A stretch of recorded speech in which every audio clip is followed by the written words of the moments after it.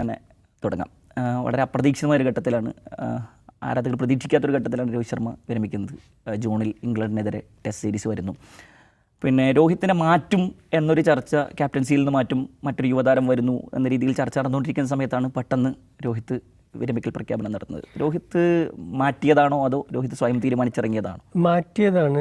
ചൊവ്വാഴ്ച ഒരു സെലക്ടേഴ്സ് 2 മണിക്കൂറിലധികം ഒരു മീറ്റിംഗ് ഉണ്ടായിരുന്നു, ചീഫ് സെലക്ടർ അടക്കം.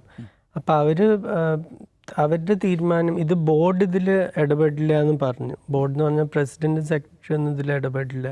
അപ്പം ഈ സെലക്ടേഴ്സ് തീരുമാനിച്ചത് ഇനി പുതിയൊരു സൈക്കിളാണ് വരുന്നത് ടെസ്റ്റ് ടീമിന്. അപ്പം അതിന് ഞങ്ങൾക്ക് പുതിയൊരു ക്യാപ്റ്റനായിട്ട് മുന്നോട്ട് പോകണം. അപ്പം അതിൽ ഏറ്റവും വലിയൊരു പ്രശ്നം രോഹിത്തിൻ്റെ ടെസ്റ്റ് ഫോമാണ്. ഓസ്ട്രേലിയയിൽ 31 റൺ, അതിനു മുമ്പ് ന്യൂസിലൻഡ് സീരീസിൽ ക്ലിക്ക് ചെയ്തില്ല. അപ്പം അത് കാരണം ഇത്രയും ഇപ്പം 38 വയസ്സാവും ചെയ്യും. ഈ 38